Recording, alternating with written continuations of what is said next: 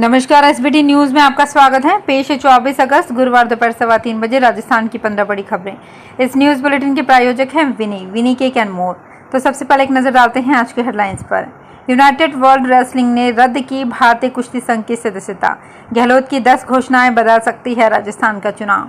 चंद्रयान 3 की सफल लॉन्चिंग पर गहलोत की बच्चों को सौगात। केंद्रीय जल शक्ति मंत्री बोले, उनका गहलोत से है खास प्रेम। ऋण लेने वालों को औजार और टूल किट के लिए मिलेगी 5,000 की सहायता। और अब खबरें विस्तार से। यूनाइटेड वर्ल्ड रेसलिंग ने भारतीय कुश्ती संघ की सदस्यता को रद्द कर दिया है। ऐसे में 16 से 22 सितंबर के बीच सर्बिया में होने वाले पुरुषों के वर्ल्ड रेसलिंग चैंपियनशिप में भी भारतीय पहलवान भारतीय झंडे के तले नहीं खेल पाएंगे। दरअसल भारतीय महिला पहलवानों ने कुश्ती फेडरेशन ऑफ इंडिया के अध्यक्ष बृजभूषण सिंह पर यौन शोषण का आरोप लगाया था। इसके बाद इंडियन ओलंपिक एसोसिएशन ने फेडरेशन को भंग करते हुए एडहॉक कमेटी का गठन कर चुनाव कराने की जिम्मेदारी सौंपी थी। एडहॉक कमेटी ने 12 अगस्त को चुनाव की तारीख तय की थी, लेकिन पंजाब व हरियाणा हाईकोर्ट ने चुनाव को टालने के आदेश दिए थे। राजस्थान के मुख्यमंत्री अशोक गहलोत ने चुनाव से पहले एक के बाद एक मास्टर स्ट्रोक खेल रहे हैं। ये सीएम अशोक गहलोत को राजनीतिक रूप से हावी होने का मौका दे रहे हैं। इन मुद्दों की बदौलत वे भाजपा को घेर रहे हैं। एक तरह से गहलोत ने मिशन 2030 का शुभारंभ कर बीजेपी पर बढ़त बना ली है।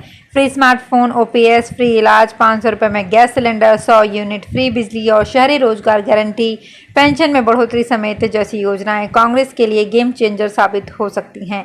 ऐसे में सीएम गहलोत एक्शन मोड में दिख रहे हैं। वे हर दिन करोड़ों रुपए के विकास कार्यों का लोकार्पण कर रहे हैं। राजस्थान के मुख्यमंत्री अशोक गहलोत ने सीएम निवास पर राज्य के कई विद्यार्थियों के साथ बुधवार को चंद्रयान 3 की लाइव लैंडिंग देखी। जैसे ही भारत का चंद्रयान 3 चांद के दक्षिण ध्रुव में सटीकता के साथ उतर गया और दुनिया में चर्चा का विषय बन गया। भारत की इस अभूतपूर्व उपलब्धता के लिए सीएम गहलोत ने इसरो के वैज्ञानिकों को बधाई दी। इस मौके पर सीएम गहलोत ने राज्य के लगभग 1500 राजकीय विद्यालयों में साइंस एंड स्पेस क्लब खोलने की घोषणा की। इस क्लब में नासा के सहयोग से एस्टेरॉयड खोज अभियान भी संचालित किया जाएगा। केंद्रीय जल शक्ति मंत्री गजेंद्र सिंह शेखावत ने एक बड़ा बयान दिया है। उन्होंने सीएम अशोक गहलोत को लेकर कहा कि उन दोनों के बीच काफी प्रेम है। उनके इस बयान के कई मायने निकाले जा रहे हैं। केंद्रीय मंत्री भरतपुर दौरे पर थे, जहां उन्होंने एक पत्रकार वार्ता को संबोधित करते हुए कहा। शेखावत बोले कि हम दोनों एक ही विश्वविद्यालय में पढ़े हैं और एक ही विधानसभा के रहने वाले हैं। उन्होंने मेरा अशोक गहलोत से इसलिए और ज़्यादा लगाव है क्योंकि उनके पुत्र वैभव गहलोत को मैंने चुनाव में हराया था। अनुसूचित जाति विकास कोष एवं वाल्मीकि समुदाय विकास कोष के तहत प्रधानमंत्री मुद्रा योजना में बैंकों से ऋण प्राप्त करने वाले व्यक्तियों को स्वरोजगार के लिए औजार एवं टूल किट आदि के लिए 5,000 रुपये की सहायता दी जाएगी। अनुजा निगम के परियोजना प्रबंधक गिरीश भटनागर ने बताया कि इस योजना में वर्ष 2023-24 में ऋण प्राप्त करने वाले अनुसूचित जाति एवं वाल्मीकि समुदाय के लाभार्थी जो अपने स्वरोजगार में औजारों का उपयोग करते हैं, उनके खाते में डीबीटी के माध्यम से ये राशि जमा करवाई जाएगी। प्रभास और कृति सेनन स्टारर आदि पुरुष की विफलता के बाद अब बॉलीवुड के फेमस डायरेक्टर नितेश तिवारी ने रामायण बनाने का फैसला किया है। पिछले काफी वक्त से खबरें आ रही थी कि फिल्म में रणबीर कपूर भगवान राम का किरदार निभाएंगे और सीता के रोल में आलिया भट्ट नजर आएंगी। हालांकि नए अपडेट्स के मुताबिक आलिया फिल्म में सीता का किरदार नहीं निभाएंगी। वो अब इस फिल्म का हिस्सा नहीं है। पिंक विला की रिपोर्ट्स के मुताबिक आलिया फिल्म से बाहर हो गई हैं, जबकि रणबीर कपूर फिल्म में राम का रोल निभाने वाले हैं। साइबर क्राइम के हर दिन औसतन 4 मामले सामने आ रहे हैं। पिछले 8 महीने में पुलिस में 23 लाख रुपए पीड़ितों के रिफंड करवाए हैं। कई बार जाने अनजाने में साइबर फ्रॉड का शिकार होने वाले लोगों के लिए जोधपुर ग्रामीण पुलिस पिछले 8 महीने में बड़ी मददगार साबित हुई है। पिछले 8 महीनों में साइबर फ्रॉड के आंकड़े देखें तो हर दिन करीब 4 लोग इसका शिकार होते हैं। खास बात यह है कि पुलिस ने अधिकांश मामलों में लोगों के पैसे रिफंड करवाए हैं। करीब 76 लाख का फ्रॉड होने से पुलिस ने बचाया है, तो वहीं 22 लाख से ज़्यादा रिफंड करवाए हैं।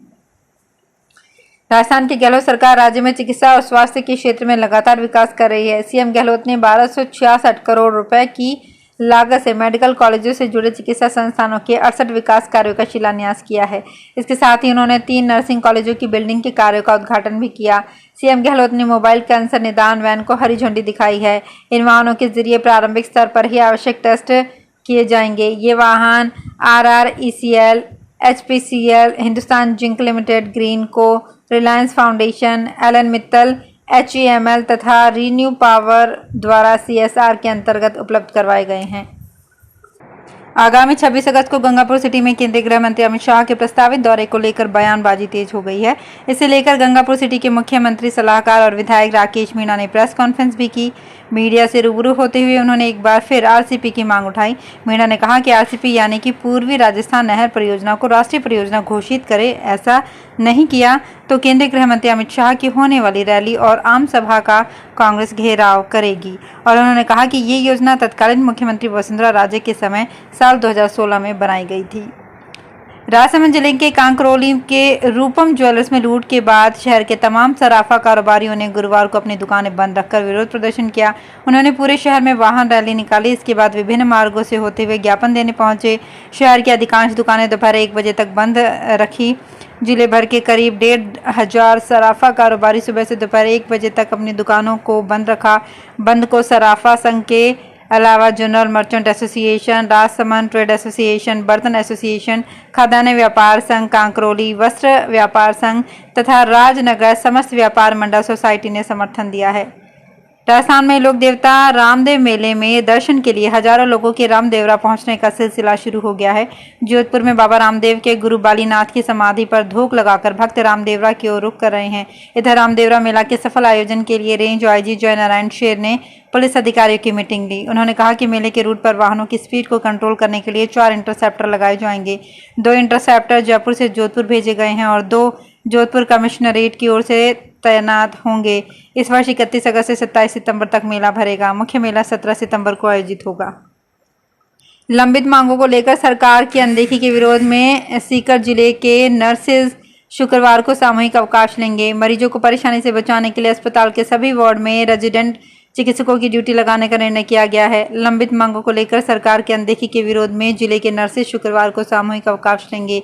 नर्सेज के सामूहिक अवकाश को देखते हुए कल्याण अस्पताल प्रबंधन ने वैकल्पिक व्यवस्था की है। मेडिकल कॉलेज से संबद्ध अस्पतालों में भर्ती मरीजों को परेशानी से बचाने के लिए अस्पताल के सभी वार्ड में रेजिडेंट चिकित्सकों की ड्यूटी लगाई जाएगी। इंटरनेशनल कनेक्टिविटी मामले में जयपुर एयरपोर्ट फिसड्डी साबित हो रहा है। यहां से कम इंटरनेशनल फ्लाइट होने की वजह से व्यापारी, विद्यार्थी व विदेशी सैलानी निराश हैं। यात्रियों को जयपुर के बजाय नजदीकी बड़े एयरपोर्ट से इंटरनेशनल फ्लाइट पकड़नी पड़ रही है।